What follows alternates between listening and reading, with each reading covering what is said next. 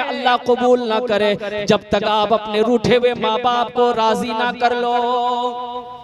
जब तक आप अपने रूठे हुए माँ बाप को राजी नहीं कर लोगे नौजवानों, माँ बाप राजी अल्लाह राजी, अब माँ बाप नाराज अल्लाह नाराज, माँ बाप नाराज, माँ बाप नाराज अल्लाह नाराज। अरे हम कौन होते भाई, हमारी क्या हैसियत है। एक सहाबी है हजरत अलकुमा रज़ी अल्लाह अन्हु, आखिरी वक्त है, आखिरी वक्त है, कलमा पढ़ना चाहते लेकिन जबान पे कलमा जारी नहीं है। बीवी बेचैन है, अल्लाह के नबी इमामुल अंबिया सल्लल्लाहु अलैहि वसल्लम की बारगाह में भागी भागी गई, या रसूल अल्लाह मेरे माँ बाप पर कुर्बान, मेरे शौहर अलकुमा का आखिरी वक्त है, या रसूल अल्लाह वो कलमा पढ़ना चाहते हैं लेकिन जबान पे कलमा जारी नहीं हो रहा है। अल्लाह के नबी तशरीफ लाए, आपने फरमाया कि इनकी माँ कहाँ है? बोले या रसूल अल्लाह, बोले उनकी माँ को बुलाओ।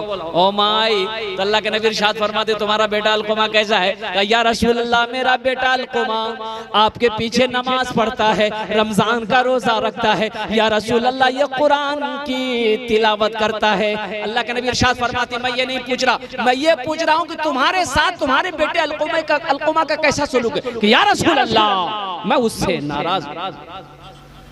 अल्लाह के नबी इरशाद फरमाते कि ज़ईफा माफ कर दो, तेरे बेटे के जबान पे कलमा जारी हो जाएगा। माफ कर दो, माफ कर दो, तेरे बेटे अलकुमा की जबान से कलमा जारी हो जाएगा। माँ कहती या रसूल अल्लाह इन्होंने मेरे दिल को चोट पहुंचाई इसलिए मैं माफ नहीं करूंगी। तो अल्लाह के नबी इरशाद फरमाते बिलाल लकड़ियां जमा करो, लकड़ियां जमा करो, उन लकड़ियों में आग लगा दो, इनके बेटे अलकुमा को उसमें डाल दो। माँ थी, माँ तो माँ है ना, माँ तो माँ है ना, कि या रसूल अल्लाह मेरे बेटे को आप मेरी नजरों के सामने आग में जलाएंगे। तो अल्लाह के नबी इरशाद फरमाते कि ज़ईफा अगर तू माफ नहीं करेगी ये तो दुनिया की आग है, वो तो आखिरत की आग से वो कम से कम बच जाएगा, अगर दुनिया की आग में अगर वो जल जाए। सुख में दुख में साथ निभाए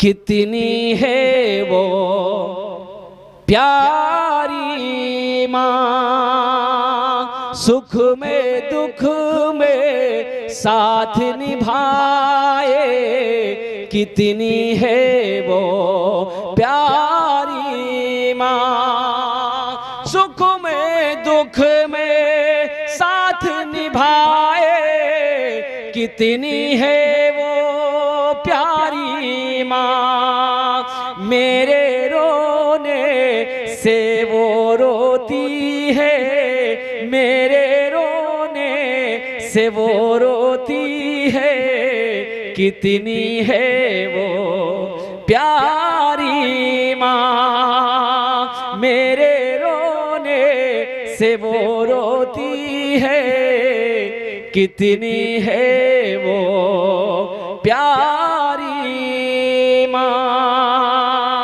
अल्लाह अकबर कबीर। अल्लाह के नबी इरशाद फरमाते ओ ज़ईफा माफ कर दे अपने बेटे को ताकि वो आखिरत के अजाब से बच जाए। माँ तो माँ है ना, माँ कहती कि या रसूल अल्लाह मैं आपको गवाह बनाती हूँ, मैं अपने बेटे अलकुमा की गलती को माफ करती हूँ। अल्लाह के नबी इरशाद फरमाते देखो अलकुमा के जबान पे कलमा जारी हुआ कि नहीं है। देखने वालों ने देखा, वो पढ़ रहे थे अशहदु अल्ला इलाहा इल्लल्लाह व अशहदु अन्ना मुहम्मदन अब्दुहु व रसूलुहु। नौजवानों अपने माँ को कभी तकलीफ ना देना, बाप को कभी तकलीफ ना पहुंचाना। माँ बाप रूठ जाए माफी मांग लेना, उन्हें राजी कर लेना। हदीसों के अंदर में है माँ बाप राजी अल्लाह राजी, माँ बाप नाराज अल्लाह नाराज। एक नौजवान शादी किया, एक नौजवान शादी किया, अल्लाह अकबर कबीरा। कुछ दिन घर में रहा, दिल्ली चला गया। वहां जब दोबारा लौटा उसकी बीवी बोली मैं आपके बूढ़े माँ बाप के पास में नहीं रह सकती, मैं भी दिल्ली जाऊंगी। ये नौजवान अपनी बीवी पे फिदा था, आशिक था, बीवी को साथ लिया दिल्ली चला गया। माँ बाप से कह गया कि ठीक है 1 साल के बाद आएंगे। बूढ़ा माँ बाप दिल्ली चला गया। ये फिराक में था कि किसी तरह मेरा वीजा लग जाए, मैं सऊदी अरब चला जाऊं। और ठीक वीजा आया, सऊदी अरब चला गया। अब 1 साल के बाद वहां से फिर दिल्ली आया, अपनी बीवी को लिया, फिर सऊदीया चला गया। 14 साल हो गए। कितने साल हो गए भाई? भाई बोले भाई कितने साल हो गए? 14 साल में 12 हज किया ये नौजवान। कितने हज किए? अब खाने काबा का तवाफ करने के बाद बैठा रो रहा है, ज़ारो कतार रो रहा है, ज़ारो कतार रो रहा है। तो किसी बुजुर्ग ने पीछे से हाथ रखी कंधे पे कि बेटा क्यों इस तरह रो रहा है? कहा कि बाबा ये मेरा 12वां हज है, 12वां हज है। जब जब मैं हज के महीने में हज करता हूँ, खाने काबा का तवाफ करता हूँ बाबा, तो ऐसा लगता है कि मेरे दिल पे किसी ने ताला लगा दिया है और एक आवाज मेरे कानों से टकराती है, तेरा हज कबूल नहीं, तेरा हज कबूल नहीं। वल्लाह वाले थे, समझ गए। उन्होंने कहा तेरे माँ बाप जिंदा हैं? बोले माँ बाप तो जिंदा होंगे, मुझे पता नहीं, 14 साल हो गए मैंने अपनी माँ के चेहरे को नहीं देखा, बाप के चेहरे को नहीं देखा। तो वो बुजुर्ग कहने लगे फिर ये खाना काबा में बैठकर क्या कर रहा है? जाग भाग घर जा, अपने रूठे हुए माँ बाप को राजी कर ले, अल्लाह तेरे दिल के ताले को खोल देगा, तेरे हज को अल्लाह अपनी बारगाह में कबूल कर। ये नौजवान आनन फानन में टिकट बनाए हिंदुस्तान की सरजमीन आया, आंखों में आंसू है,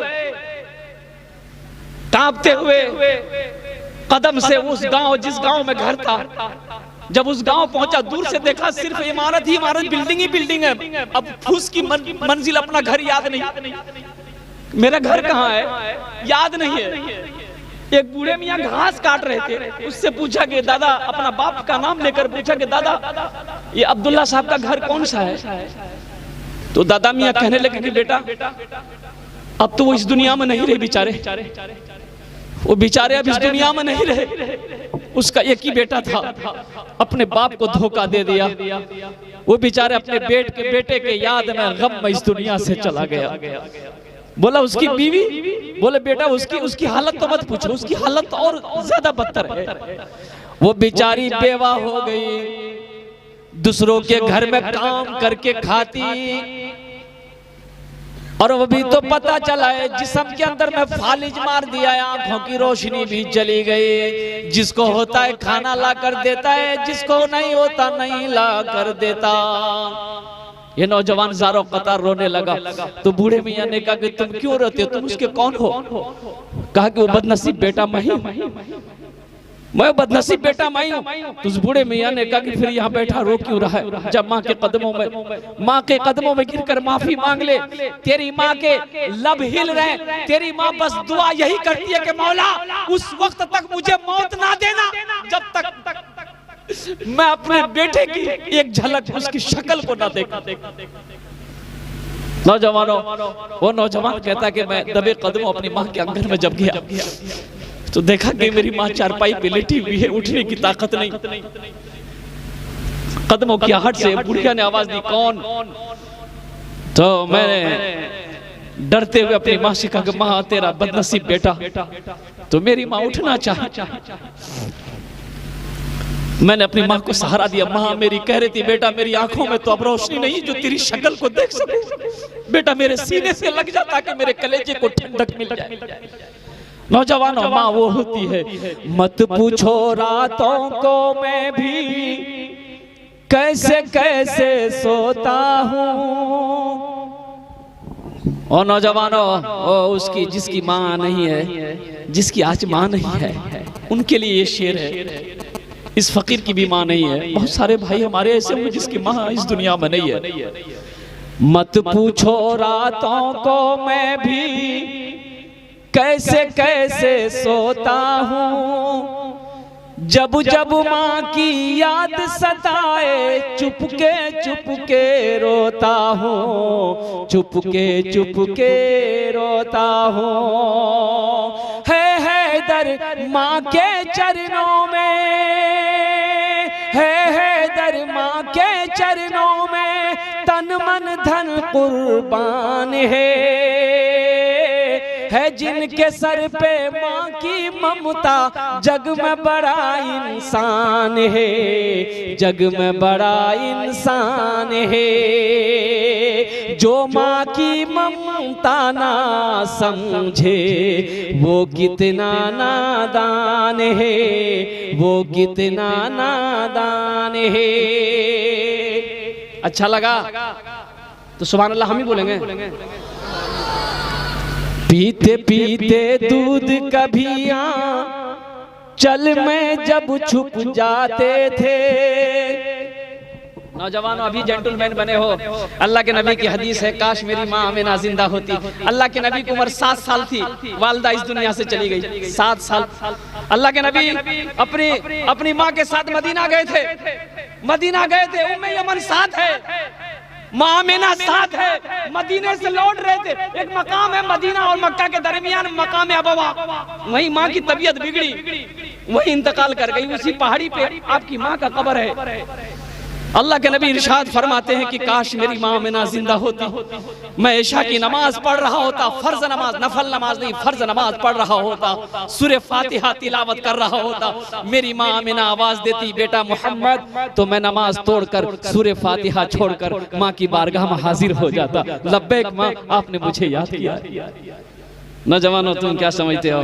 इंशाल्लाह अपने माँ बाप से मोहब्बत करोगे, इंशाल्लाह हाथ उठा के बोलो इंशाल्लाह खिदमत करेंगे, उनकी दुआएं लेने की कोशिश करनी है। नौजवानों अगर बेअदबी हो गई है, अगर भूल चूक तुमसे हो गई है, माँ बाप की बारगाह में माफी मांग लेना, माफी मांग लेना। क्या दिक्कत है? मेरी माँ है, मेरा बाप है, अगर मुझसे गलती हो गई मैं माफी मांग लूं। अब्बा मुझसे गलती हो गई, आप मुझे माफ कर दो। अल्हम्दुलिल्लाह सुम्मा अल्हम्दुलिल्लाह। पीते पीते दूध कभी चल में जब छुप जाते थे, खुद ठंडक में माँ सोती, गोदी में हम सो जाते थे, गोदी में हम सो जाते थे। माँ गोद में लेकर बैठी है, माँ गोद में लेकर बैठी है, हम माँ की गोद में पेशाब कर दिए और कपड़ा घर में नहीं है, मेरे माँ के पास में और कोई शलवार नहीं है। उस कपड़े को मेरी माँ जब बिस्तर पे गई, भीगे हुए कपड़े को मेरी माँ ने अपने बदन के नीचे रखा और जो सूखा हिस्सा था उसे बिछाकर मुझे सुलाई। नौजवान उस पल को याद करो जब तुम छोटे थे, माँ की गोद में जब तुम गंदगी कर देते थे, माँ अपने मुबारक हाथों से तुम्हारी गंदगियों को साफ करी। उसको तो समझो, उसको तो समझो। पीते पीते दूध कभी चल में जब छुप जाते थे, खुद ठंडक में माँ सोती, गोदी में हम सो जाते थे, गोदी में हम सो जाते थे। माँ बोली मन भावन मेरा बेटा रूप समान है, जो माँ की ममता ना समझे वो कितना नादान है, वो कितना नादान है जिनके सर पे माँ की ममता, वो कितना